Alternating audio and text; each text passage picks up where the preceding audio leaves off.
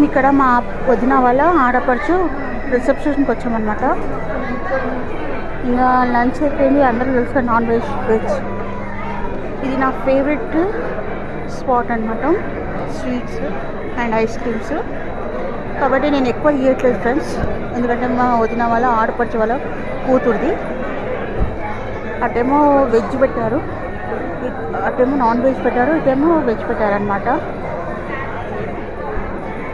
Non veg తెలుసు కదా, బిర్యానీ. ఇదంతా హాల్ వచ్చి నాది డిన్నర్ అయిపోయింది కానీ తీయలేదు హడావిడిలో.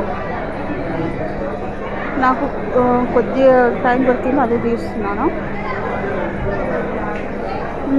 ఇంకా మీరేంటి ఫ్రెండ్స్ ఇవాళ డిన్నర్?